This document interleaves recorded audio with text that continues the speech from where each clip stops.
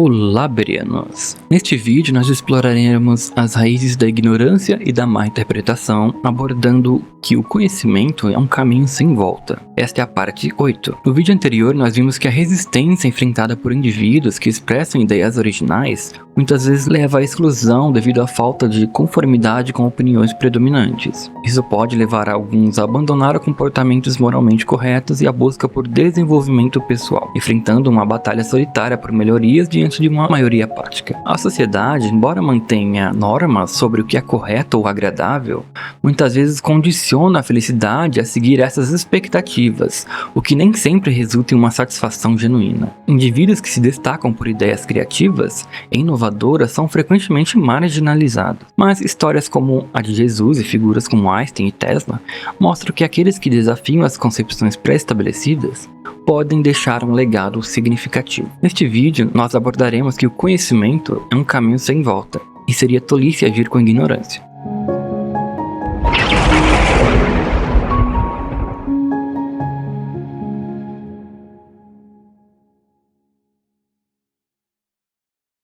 Conhecimento é muitas vezes um caminho sem volta. Uma vez adquirido, torna-se desafiador retornar ao estado anterior de percepção. Um texto que implica acreditar nisso é Hebreus capítulo 10, versículo 26, que fala assim: Pois se praticarmos o pecado deliberadamente depois de termos recebido o conhecimento exato da verdade, não há mais nenhum sacrifício pelos pecados. Em outras palavras, qual é a razão para cometermos pecados mesmo quando estamos cientes do que é correto? Além disso, é comum que os seres humanos se adaptem ou corrijam seus comportamentos quando percebem uma abordagem mais eficaz. Portanto, é compreensível que Deus não aceite o pecado depois que tomamos consciência do que é certo. Outro versículo diz, 2 Pedro capítulo 2, versículos 21 e 22, Teria sido melhor não ter conhecido o caminho da justiça do que, conhecendo, desviar-se do santo mandamento que lhe foi entregue. É como a velha parábola: o cachorro volta a farejar ao que vomitou, e a porca, depois de lavada, volta à lama em que se espoja. Então este versículo expressa a gravidade de conhecer a verdade do evangelho depois de abandoná-la. Pedro sugere que seria melhor nunca ter conhecido o caminho da justiça, que é a mensagem do cristianismo, do que reconhecer e posteriormente se afastar dele. Isso porque, ao conhecer o caminho da verdade e depois rejeitar, a pessoa está deliberadamente voltando às trevas e rejeitando a salvação oferecida por Deus. Então esse ato de afastamento é visto como uma traição e uma rejeição ainda mais grave do que a falta de conhecimento inicial. Pedro usa duas imagens vívidas para ilustrar a tolice e a degradação daqueles que, após conhecerem a verdade, voltam aos seus antigos hábitos pecaminosos. A referência ao cachorro que volta ao seu próprio vômito e a porca que, após ser lavada, retorna à lama, sublima a ideia de que as pessoas, apesar de terem sido libertas e purificadas, retornam voluntariamente ao seu comportamento anterior, sujando-se novamente no pecado. Essas imagens são retiradas de provérbios antigos e servem para enfatizar a natureza repulsiva e irracional da apostasia. Por isso eu digo que o conhecimento é um caminho sem volta, sendo lamentável regredir ao estado anterior de ignorância após ter sido iluminado pela compreensão. O pior pecado é aquele que é intencional. Jesus também disse que nós não temos desculpa do pecado depois de sabermos a verdade. Nós lemos em João capítulo 15, versículo 22, fala assim: Se eu não tivesse vindo e lhes falado, eles não teriam nenhum pecado. Mas, agora, não tem desculpa do seu pecado. Então, antes da vinda de Cristo, havia uma falta de clareza sobre a verdade plena de Deus e a natureza do pecado. A revelação de Jesus trouxe uma nova compreensão. E, portanto, a responsabilidade por reconhecer e responder a essa verdade tornou-se mais clara. A chegada de Jesus trouxe uma clareza moral e espiritual, que deixou as pessoas sem desculpas para suas ações pecaminosas. Com esse mesmo princípio, nós não temos desculpa quando sabemos o que é certo e mesmo assim fazemos errado. Todo mundo erra, mesmo sem querer, mesmo a gente sabendo que é errado, a gente vai fazer. Não é? Não tô mentindo, a gente faz. Eu não sou santo. Então, o que nos justifica?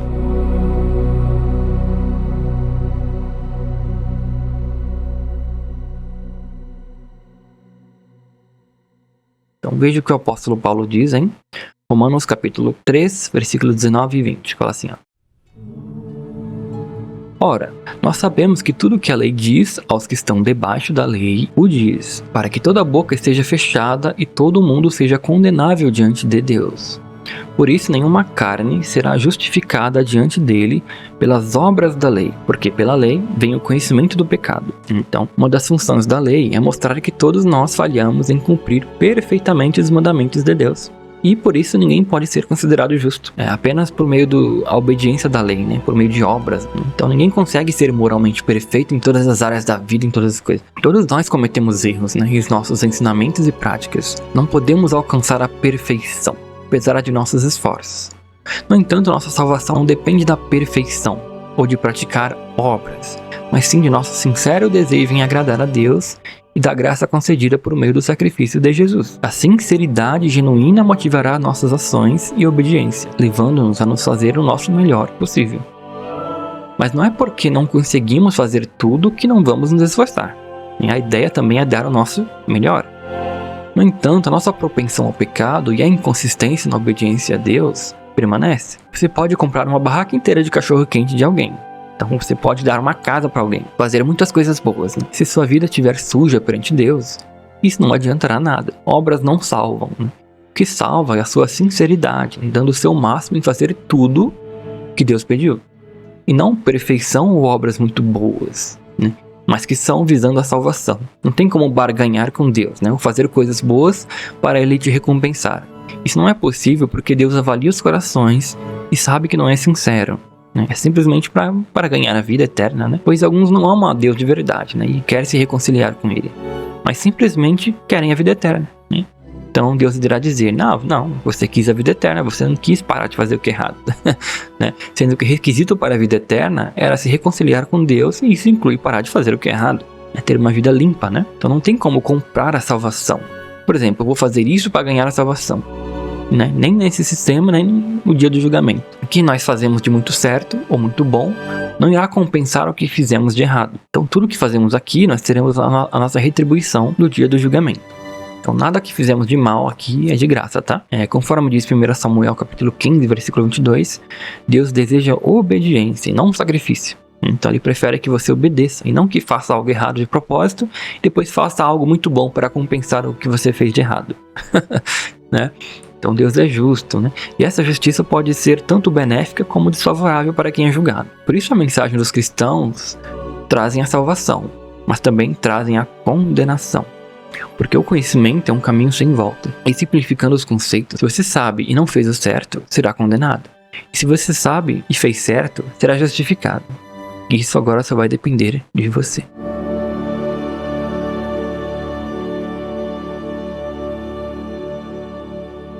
Eu acredito que muita gente que frequenta a igreja ou é apenas um esquentador de banco vai me odiar pelo que eu vou dizer agora, mas é verdade, tá?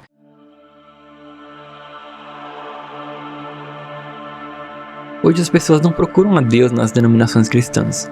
As pessoas procuram bem-estar, né? Elas não querem comunhão sincera com Deus e reconciliação.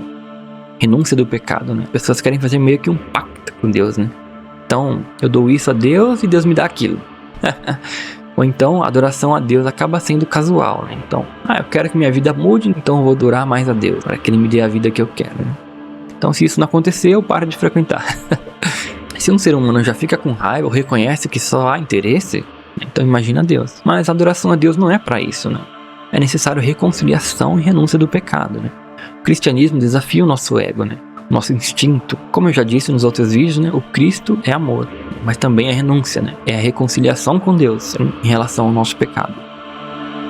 Infelizmente, nós não temos tanta noção de como nós somos pecadores, né? Por isso a maioria não procura reconciliação. As igrejas não frisam isso também, né? Ou seja, faz isso e que Deus vai te dar uma vida, não sei o que, né? Prosperidade, né? Aquela coisa. Mas entenda, né? Procurar bem-estar na religião é uma coisa. Procurar a verdade é outra.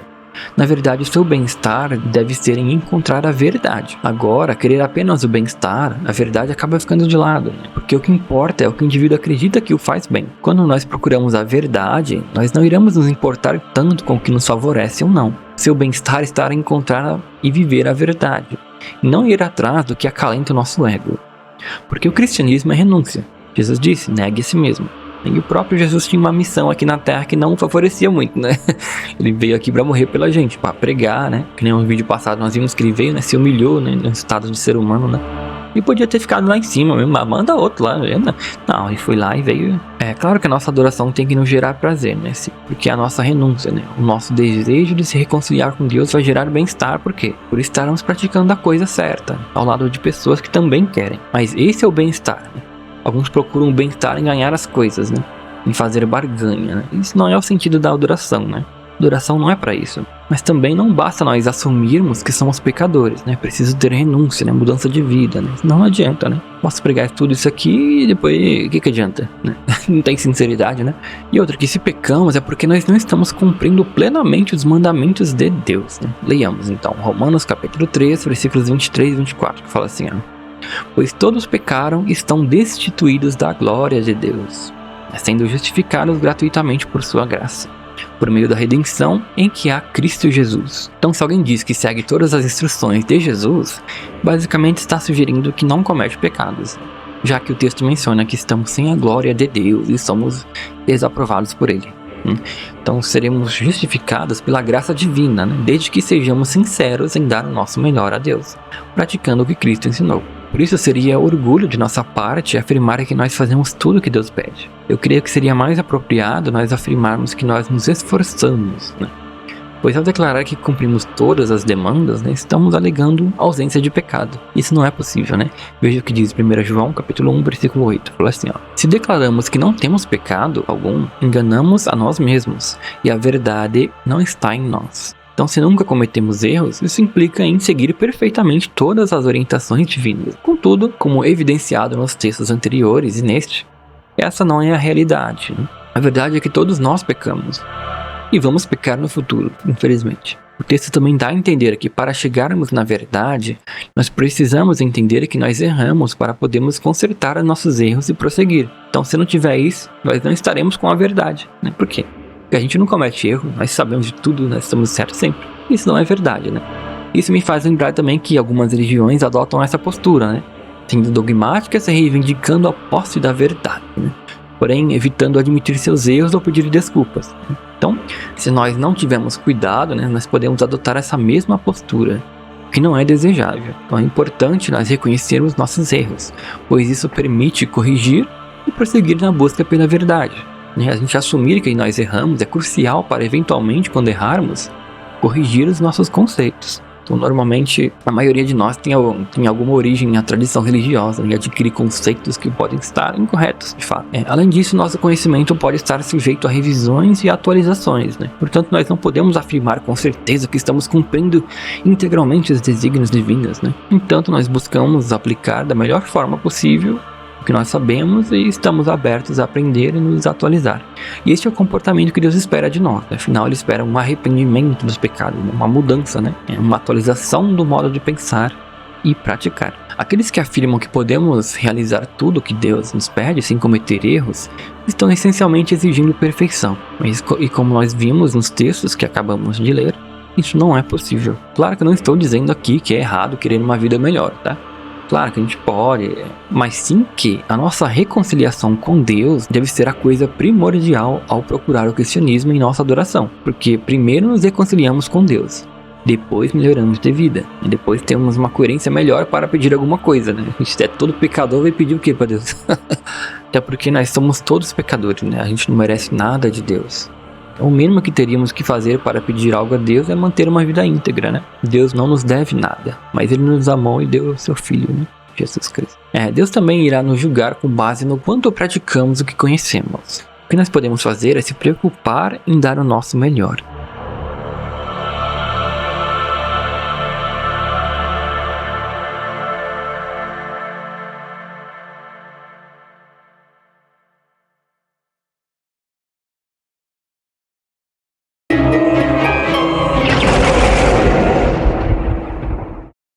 Bom, no próximo vídeo nós vamos entender que os cristãos são hipócritas.